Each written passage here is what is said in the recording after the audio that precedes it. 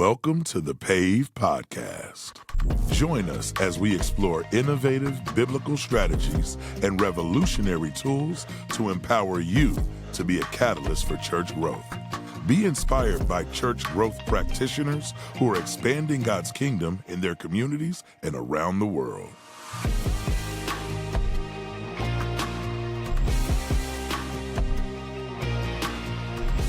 Now here's your host, Jonathan L. Smith.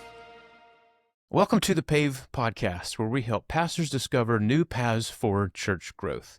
I'm Jonathan L. Smith, the Director of Church Health and Growth at Texas Baptist, also known as the Baptist General Convention of Texas. The Pave Podcast is made possible by your gifts and contributions to the cooperative program at Texas Baptist, and also made possible by your gifts to the Mary Hill Davis offering of the WMU of Texas.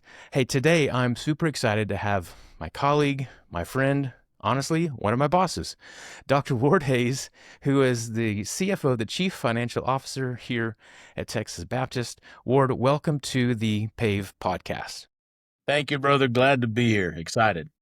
Not only is Dr. Hayes, as we call him around here, I'll call him Ward today, not only is Ward the CFO, but Ward has an extensive background of pastoring here in the state of Texas. Ward, tell them a little bit about your pastorship in the past. Yeah, so I'm a second career pastor, 15 years in CPA and banking, and then 20 years in the pastorate. So I began while I was still in business and began as a bivocational pastor. Did that for a year, small church outside of Abilene, Texas, and that was tough. That Bible, I have a deep appreciation for bivocational pastors. Just what a calling. So I did that for a year, and felt the Lord saying, "Hey, need to go at this full time." So step back and waited for that opportunity for a little while. Began my first full time pastorate at Trinity Baptist Church in Sweetwater. Was there for 10 years and saw wonderful things happen. Wrapped it up, my pastoral ministry in Stephenville, Texas, with Valley Grove Baptist Church before coming here. So got to worship and lead in smaller churches and medium churches, and just get a good sense and love for it. Of course, if you've listened to Pave at all, been a part of Pave, listened to the Pave podcast, you know we're always talking about church revitalization. So today, based on my experiences and Ward's experiences in leading churches and ministries to revitalize, we're going to talk about this. As a young pastor, are there pitfalls to avoid in revitalization? Now, if you're watching online, you can tell neither one of us are young pastors anymore. Yeah, which I suppose gives us a little bit of the wisdom needed to pass along to younger pastors. Ward, so many of our pastors who are part of PAVE are younger. It is such an honor and a blessing to walk alongside these young pastors as they are stepping into a church, maybe for their first pastorate, or even pastors who are like yourself, who started pastoring a little bit later in life. So let's talk about, are there some pitfalls to avoid if you're younger or if you're a first-time senior pastor in leading revitalization? Ready, set, go. All right. So in my context at Trinity in Sweetwater, I didn't know it at the time, didn't have the language to utilize, but it was basically a revitalization effort. Mm-hmm. They had grown from about 300 down to about 30 before I got there. And so the search committee said, "Pastor, if you're not successful, we're going to close the doors." And I was like, Wow. "Well, let's get going." And so, I think one of the big pitfalls for me was just the ignorance of it all. Just not knowing. And so, there's three things that looking back, I wish I had done, or I would give advice to young pastors to avoid that pitfall of not knowing. And some of that not knowing, or helping that to overcome that, is one is study the landscape, follow the map, and listen to your guide. Know your context, the context of yourself, of your church, your ministry, the community. Just get an understanding of the context that's happening around you, and then follow the map. That was one of the things. It took me probably a good 7 to 8 years to help the church go through that revitalization process. It's because I didn't know. I didn't have that map. And so the pitfall I fell into was mine was just all trial and error. And that's what I love about Pave. It lays out that roadmap for you, Right. And that'll save you time and energy. It'll help to maintain momentum. So study the landscape, know your context, follow the map, get the pave layout, and then listen to your guide. I did have mentors, and I'm thankful for them. I didn't utilize them enough. But coaches and mentors, and even just those seasoned peers, so important to help you. I don't want to take 7 years to do a 3-year job. Because I want to use those other 4 years to launch and go on and do other things. And so, for me, that's one of the big pitfalls is don't be ignorant going into this thing. Learn and then get after it. That's great. Study the landscape. Understand yourself, your church, your community. We talk about that as a triad all the time, so that you're not going to minister based on where you ministered last or where you lived last, but what are the needs for today, and the needs moving forward. Study the landscape, follow the map. Yeah, Pave provides a clear map. Ward, I'll talk a lot with a buddy of mine who's actually one of our Pave coaches, and kind of like what you were saying, he and I were leading revitalization when there were no pathways to follow. We just had to create it on our own. So we tell pastors about this follow the map idea. We want you to take advantage of the 100% of things that we tried and 90% that failed. We're bringing you the 10% that worked. So follow the map, and then listen to your guide. And there are a lot of guides out there, right? But you're in this PAVE process. You're specifically given a coach to walk with you for an entire year. And then we have video content and other teachings to guide you for the next 5 to 7 years as you're leading revitalization. That's really, really helpful. Study the landscape, follow the map, listen to your guide. Yeah. We're raising our kids. I find that as I'm getting older and with grandkids now, all those things that we told our kids growing up, Yeah. all of a sudden they come back to me and I go, Yes. that's my toes. I told them, I was like, hey, no matter what somebody does to you, you're responsible for your reaction. And I tell myself that more and more. And Right. one of the things that, I tell them in this context is, hey, listen, you don't have to make the mistakes yourself to learn from them. Learn from my mistake. Don't repeat them. Right. And that's what I think you're doing with Pave is like, listen, I've made the mistakes. You don't have to repeat those. Let me tell you what worked and go with it. And so, Right. That's great. yeah, I'm going to add 2 pitfalls to that idea that we can dialogue about. My first pitfall is this. I think early on in my ministry, I was really afraid to have hard conversations. That's true today still. Having difficult conversations is especially hard for a pastor because we just don't know where it's going to lead or what the next steps might be. That could be negative steps, what the windfall might be. But pastor, let me tell you what I learned, that if you delay difficult conversations, you're just kicking the hard problem further down the road, and it only grows. Pastor, this is what I've learned. I'm having your research to back this up. It's just my look and feel of it all. But as one who will lay in bed at night and think and strategize and worry about that hard conversation, how they might respond, this is what I've learned. 9 times out of 10, the conversation is worse in your mind than it ends up being in reality. Yeah. That might not be exactly right, but that's just been my experience. Not if you're a well-meaning pastor who wants to help that person, even if it means correcting them, 9 times out of 10, the conversation is worse in your mind than it ends up being in reality. Do you agree with that, Ward? I do agree with that, and with one caveat, because I totally agree. We don't need to put off, and our fear of the unknown just takes Right. us in all kinds of bad places. The one caveat I would add is this: before I go and talk to a man about God, I go and talk to God about the man. There you And go. so That's you great. pray it up. And so, yeah, if you have a hard conversation, don't put it off, but do pray it up. God, give me wisdom. God, go ahead, already be working in their heart, plowing that ground, making it soft and receptive. Work on me with words to say and not to say. But don't delay. You are Right. exactly right. Don't delay. And in Pave, at the 3rd month, we offer an entire seminar online about conflict resolution. If you want to get that now, email us, pave@txb.org, and we'll share that with you. My second pitfall, and then we'll move into some positive ideas, is this. And now, Pastor, many of you are going to disagree with this. That's okay. As one of my friends used to say, it's okay if you're wrong. That's totally fine. So a lot of times, if you're a first-time pastor, you're a young pastor, you're so excited because you're finally in that seat. You're going to be preaching every week. And then there's something about preaching and just the pace of it, as we, the two of us know, and if you're listening and you've ever preached even once, when you start having to preach every Sunday, it really changes, and you can quickly be swept into, it feels like all that you do, Pastor, in a church revitalization setting. Preaching is important, but I don't think it's the most important thing that you do. Preaching is the most public thing that you do, but in a revitalization setting, leading is the most important thing that you do, and preaching is a part of that. Why is that true? Because the church is so off mission, they have to be led back to the mission. So you got to think in these ways. You are the lead evangelist. You are the lead missionary. Yes, you are the lead shepherd. But if you spend 75% of your time prepping a sermon and then preaching the sermon, you are really missing the mark in what it's going to take leadership-wise for that church to turn around. And if you disagree, email me, pave@txb.org. Let's talk about it. What do you think about that idea, Ward?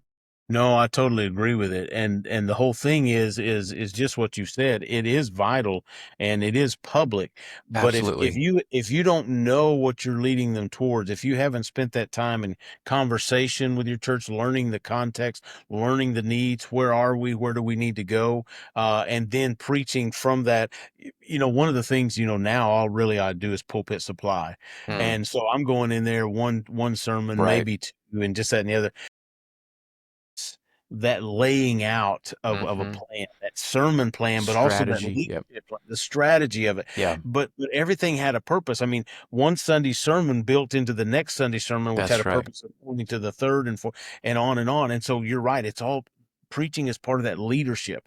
And it is. It's digging in God's word. We're not diminishing that. We're not saying that our words are more important as we lead through it, but it's all going in that preparation, conversations, understanding relationships, Mm-hmm. all those things inform the preaching, which then you dive into God's word to help do. But no, I agree 100% where you're going. Honestly, I think there may be more positives about being young, positives about being new than pitfalls. So let's change this conversation. Are there some advantages to being young and leading revitalization, or just being new at the church and leading revitalization? You have a thought there?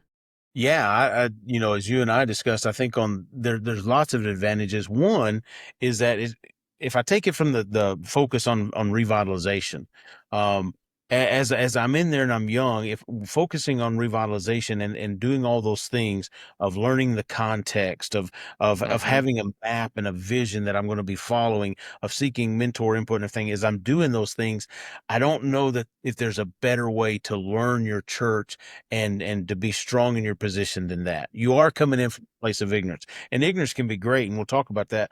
But in this deal of pouring into the revitalization process and that vision, I don't know that you could ever learn your place and cast a vision better than by that. I take it in my example.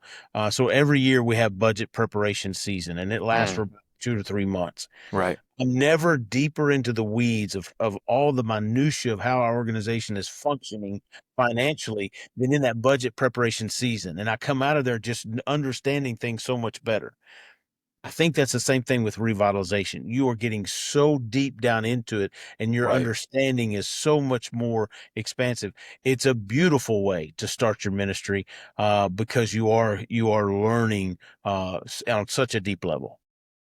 Guys, what he just told you is be a student of your community, be a student of your church, be a student of yourself, be a student of your people. And that's going to take a lot of time early on. So, one of my advantages is looking over my shoulder. Some of my most fruitful years were my early years. And the reason was because I didn't know any better. Hmm. I didn't know that.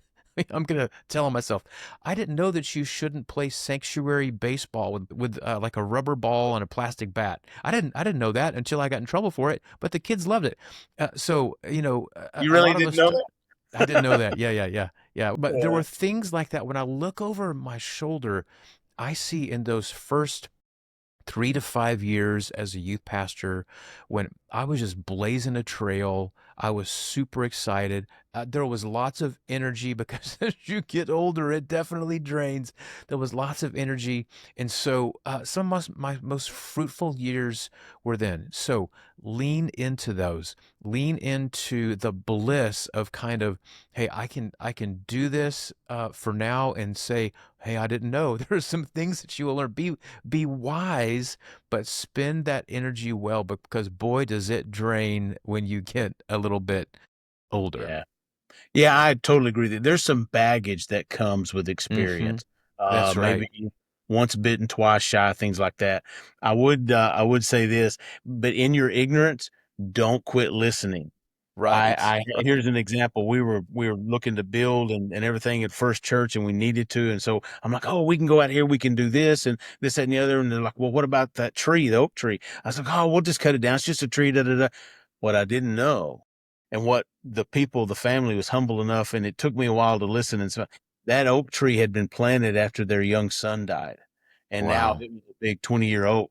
Yeah. Oh, I would have lost so much grace and Right. everything else. I'd have done that, but the Lord protected me. So in your ignorance, still investigate. And when somebody says Yeah. something, listen. But you're not scared to try new things.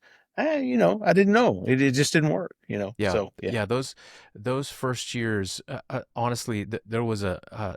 I was 19 when I started. I was 21 when I was the interim pastor of the church where I was a youth pastor for 6 months. I baptized 20 people.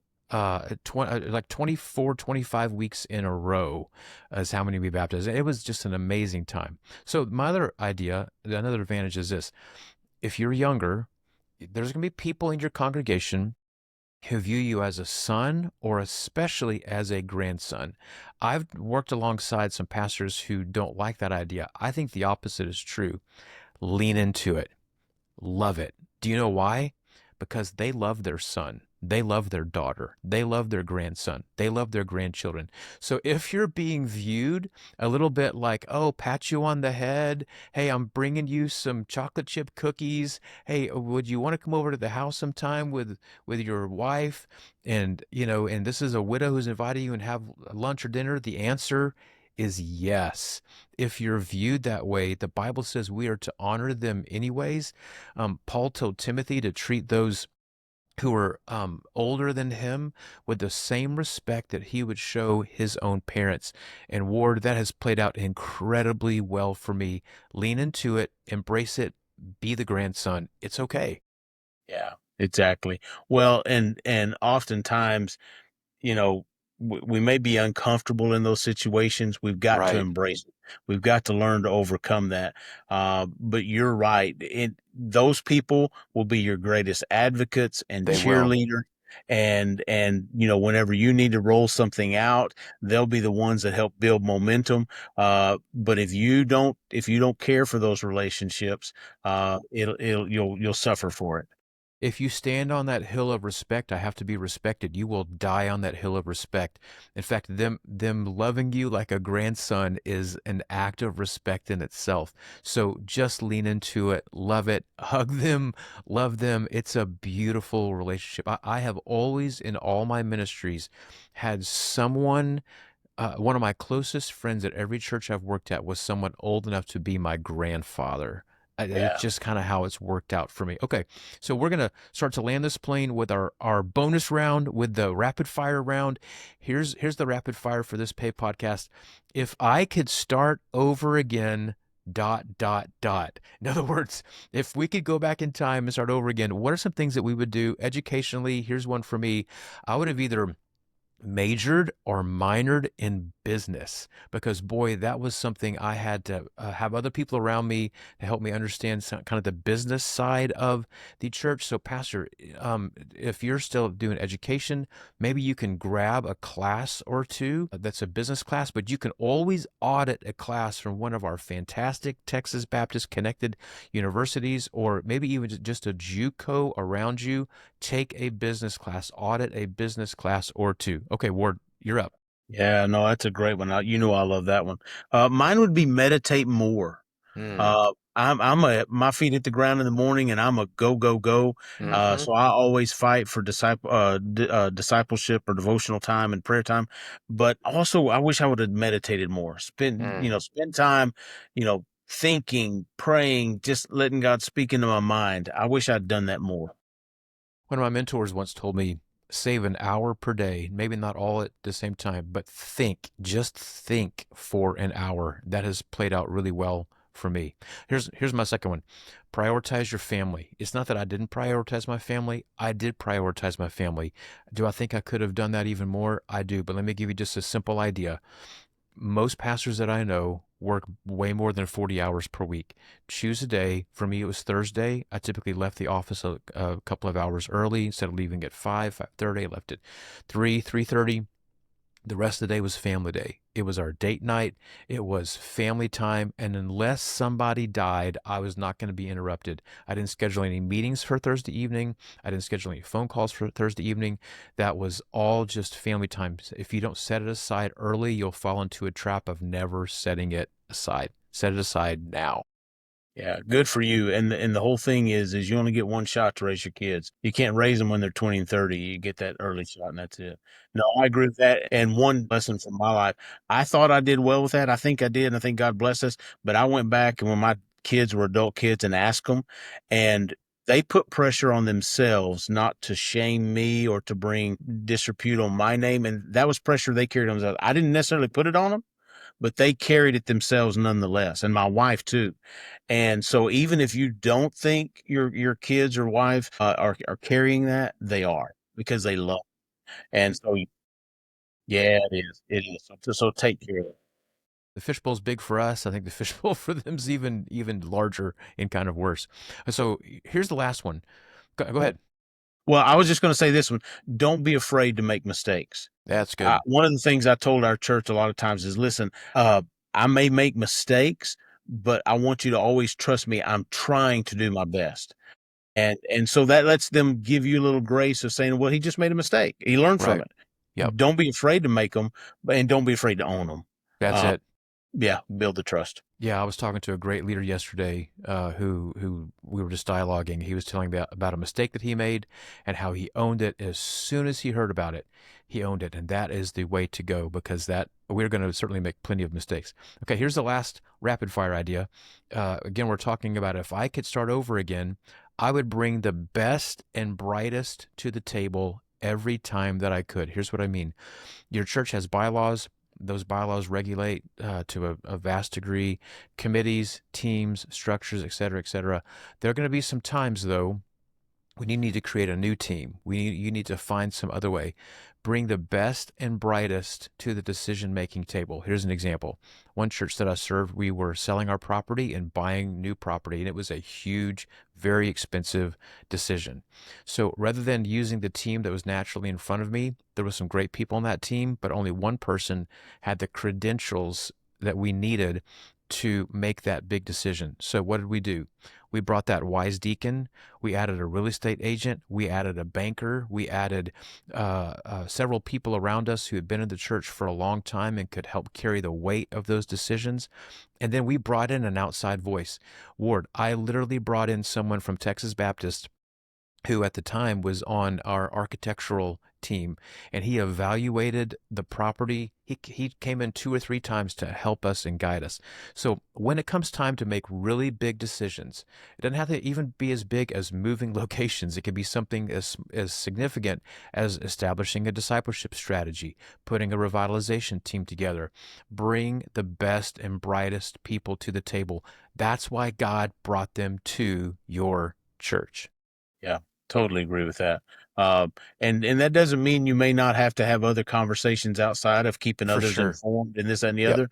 But yes, you need good counselors in those things. So yeah, no, that's good. There are a lot of challenges, Mm-hmm. Jonathan, being a young minister. You know that, but never underestimate the grace of God. God is with you. He's going before you. He hems you in on all sides. That's He's right. working harder for you to succeed than you are yourself. And know that, lean into it, and depend on it, and then work your tail off to help him as much as you can. I'll add to that. That's great. Biblically, Pastor, if you're listening and you're younger, I want you to think about the biblical stories of people who were young and what God did in their lives. Yeah. I mean, if you actually, when you stop and think about it, there may be as many young people as there are older people that God used to accomplish His will and others and His will on the earth. And so, if you're young, the Bible says, don't let people look down on you because you are young. You are filled with God's Spirit. And if you're older, like these two gray guys here are, it's time for you to pass wisdom and knowledge on to that younger generation. Well, thanks for listening to the Pave Podcast today. We're really thankful that you've spent some time with us. If you would like to learn more about Texas Baptist and our vast ministries, if you need help with discipleship, evangelism, if you need help with architecture, we have a team for that. If you're looking to start some new missions, we can help you with that. If you are wanting to plant a church or help someone else plant a church, if you have a question or a need in ministry, Texas Baptist can help you. And if we can't, we will find someone who can. You can find out more about the ministries of Texas Baptist by going to txb.org. You can learn more about PAVE, our statewide church revitalization strategy, by going to txb.org/PAVE. That's PAVE. Everyone, thanks for listening today. Dr. Hayes, as we call you here, thanks for your time. Have a great day. All right. God bless.